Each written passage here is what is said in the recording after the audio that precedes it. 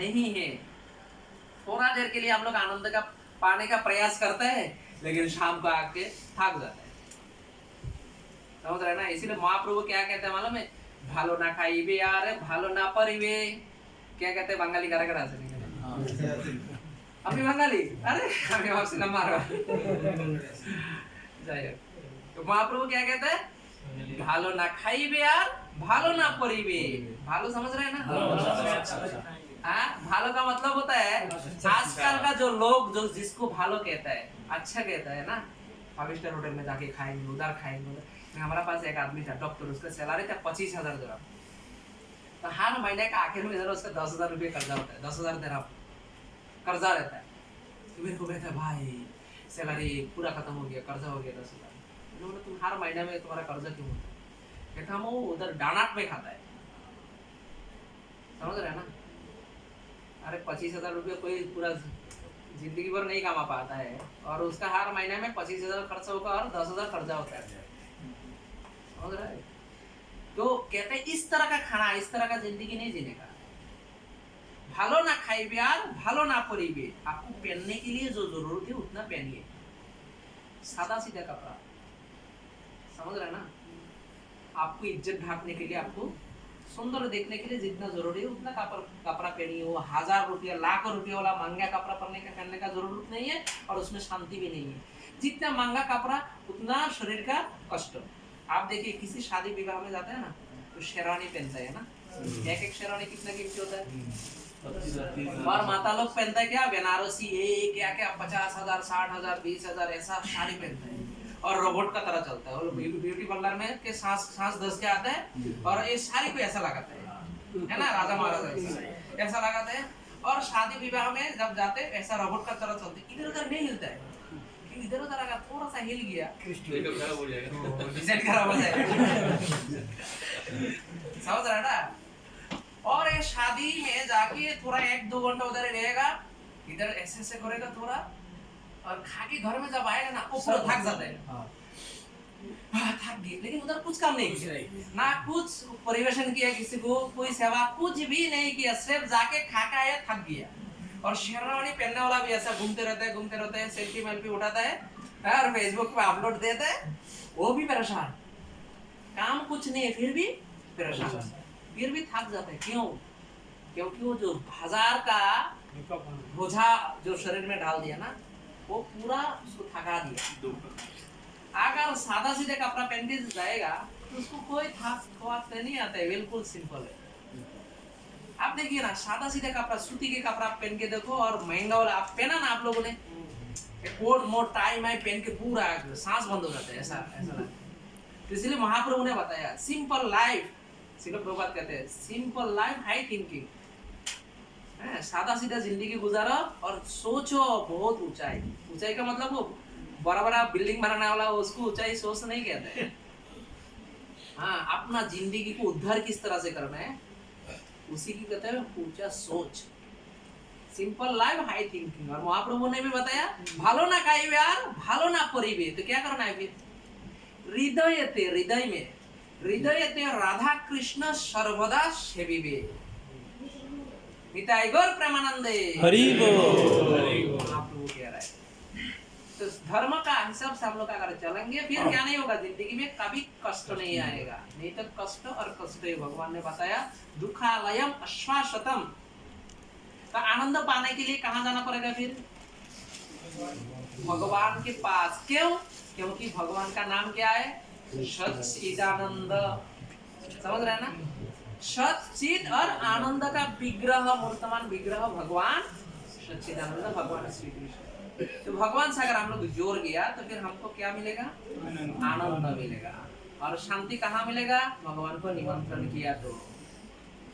समझ रहे हैं ना? तो फिर सुख की होने से भी हम लोग शांति और आनंद में जिंदगी बिता सकते हैं। नहीं तो जितना भी सुख आपके पास होगा ना, वो दुख का ही कारण बनेगा। हरे कृष्णा कृष्णा कृष्णा हरे हरे, हरे राम राम राम हरे हरे। समझ में आया ना सबको? किसी का कोई प्रश्न है इस विषय में? अभी जो कुछ हम लोग चर्चा किया है यहाँ, मैं सुना मोबाइल में कल हरे कृष्णा जो आता है ना, उसमें सुना वो बता रहे हैं कि आत्मा मरता नहीं है। हम्म, तो उसमें बता रहे हैं कि जैसे हम लोग की जनसंख्या है 5,000, अब 1 करोड़ का ऊपर जा रहा है, इसका विषय में थोड़ा बताइए कि कैसे बढ़ता है। हरे कृष्ण। सबसे पहला हमारा पिता समान प्रभु जी को मैं प्रणाम करता हूँ जो उन्होंने प्रश्न किया। अभी देखिए ये आत्मा का बारे में अभी हम लोग सुन रहे हैं कहाँ, फेसबुक यूट्यूब ये सब में सुन रहे हैं ना, लेकिन भगवान ने करोड़ों साल पहला जो है ना शास्त्र में हमारा शास्त्र में बताया, लाखों करोड़ों साल पहला भगवत गीता में बताया। अभी किसी का प्रश्न है बारे भगवत गीता 5,000 साल पहला, तुम बता रहे करोड़ों साल पहला। भगवान अर्जुन को बताया भगवत गीता का ज्ञान जो मैं तुमको दे रहा हूँ अर्जुन, ये ज्ञान में पहला भी दे चुका, पता है ना ऐसा? किसको दिया? सूर्यदेव को दिया। 12 करोड़ साल पहला दिया सूर्यदेव।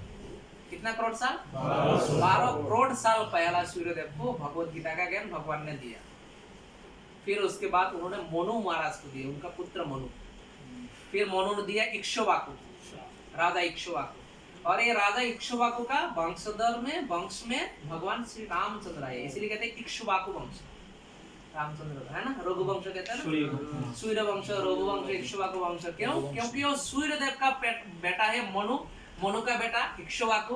फिर इक्ष्वाकु के फिर आते आते आते आते रघु आया, समझ रहे ना? इसीलिए सबका नाम से जुड़ा हुआ ये रघुवंशी नाम, सूर्यवंशी भी कहते हैं, रघुवंशी भी। तो ये भगवत गीता में भगवान ने आत्मा का बारे में बता रहे हैं। जो हम जो है ना शाश्वत आत्मा है। शाश्वत का मतलब होता है हमेशा, हम लोग सनातन, ये तो अभी श्लोक में बताया, जीव भूत सनातन है। ये जो हम लोग जीव भूत है, हम लोग जो आत्मा है ये सनातन आत्मा है, इसका कभी विनाश नहीं है, समझ रहे हैं ना? तो अभी हम लोगों का विनाश कैसे होता है? हम लोग मरता है ना, मरता है तो हमारा शरीर है। तो शास्त्र में बताया जलजा नवलक्षाणि स्थावर लक्ष्मी, पिछला हफ्ते में बताया, लगता है पिछला बार बताया ना लास्ट टाइम। जलजा नवलक्षाणि स्थावर लक्ष्मी क्रीमया रुद्र संख्यका 30 लक्षाणि पाशव 10 लक्षाणि पक्षिणाम 4 लक्षाणि मानव। ये पूरा सृष्टि में जितने सारा जीव भगवान ने बनाया उसमें मानव का कितना प्रकार है?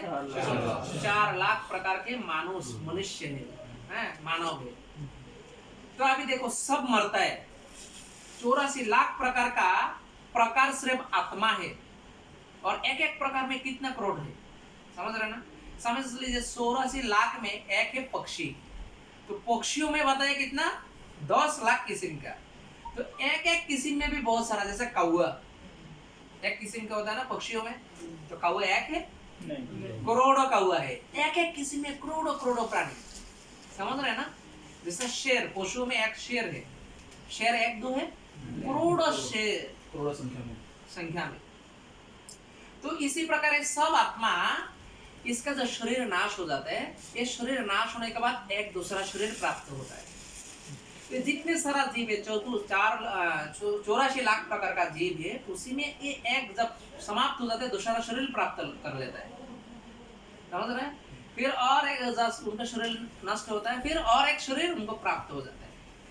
तो ये जो पशु पक्षी और कीड़ा मकोड़ा का जो आत्मा है, वो मरने का बाद तुरंत उनको ना पितृलोक में जाना पड़ता है, ना नरक में जाना पड़ता है, ना स्वर्ग में जाना पड़ता है, समझ रहे हैं ना? पशु का आत्मा शरीर का जब नष्ट होता है तुरंत वो दूसरा शरीर प्राप्त हो जाता है, उसको तुरंत प्राप्त हो जाता है, समझ रहे हैं ना? लेकिन एक ही मुश्किल है, जब मनुष्य शरीर जब नष्ट होता है तुरंत उसको दूसरा मनुष्य शरीर प्राप्त नहीं होता है, दूसरा पशु शरीर भी प्राप्त नहीं होता है, तुरंत नहीं होता है, सिर्फ एक ही में अटक जाता है। वो मनुष्य शरीर जब छोड़ते हैं आत्मा, तब उनको पितृलोक में लेके जाता है, फिर उसमें कोड होता है और उसमें आपने क्या गलती की उसका विचार होता है वहां, समझ रहे हैं ना? फिर उसी हिसाब से स्वर्ग फिर नरक ये भोगने का बाद फिर दूसरा शरीर दिया जाता है। इतना कठिन है ये शरीर का नियम पालन करना, इसीलिए कहते हैं जितने शरीर बनाया मैंने जगत में सबसे सर्वश्रेष्ठ शरीर ये मनुष्य शरीर है। ये सर्वश्रेष्ठ शरीर का जो नाश करता है भगवत भक्ति का बिना, तो इसलिए ये सब व्यवस्था में आना पड़ता है, समझ रहे? तो ये शरीर में जब एक शरीर दूसरा शरीर नाश हो जाता है, फिर आखिरी पशु में जो गाय का शरीर होता है ना, ये अंतिम शरीर होता है पशु पक्षियों में। इसी शरीर से क्या होता है, तुरंत मनुष्य शरीर पा जाता है। समझ लीजिए एक कुत्ता मर गया, मेरे को मालूम नहीं ये कुत्ता मरने के बाद क्या होता है, लेकिन एग्जांपल दे रहा हूँ। समझ लीजिए कुत्ता मर गया तो फिर बिल्ली बन गया, फिर वो बिल्ली मर गया तो शेर बन गया, दूसरा शरीर प्राप्त हो जाता है ना। तो इसी तरह से जब गाय का शरीर का नाश होता है, गाय देहांत होता है, तो एक गाय का जो आत्मा है शरीर का अंदर, वो आत्मा मनुष्य शरीर में परिवर्तन हो जाता है तुरंत किसी का शरीर में चला जाता है, हाँ, किसी का गर्भ में प्रवेश कर लेता है, और उसी शरीर जब मनुष्य रूप ले लेता है उसी आत्मा, और उसका कर्म शुरू हो जाता है, फिर हिसाब निकाल शुरू हो जाता है। समझ गए ना। तो ये मनुष्य शरीर में भी कितना प्रकार का बोला, 4 लाख प्रकार का है। 4 लाख किस्म का सिर्फ मनुष्य शरीर है, उसका मेंटालिटी है। समझ रहे ना। वो 4 लाख में बिल्कुल आखिरी स्टेप कौन सा है मालूम है, जो कृष्ण को मालूम कर लिया।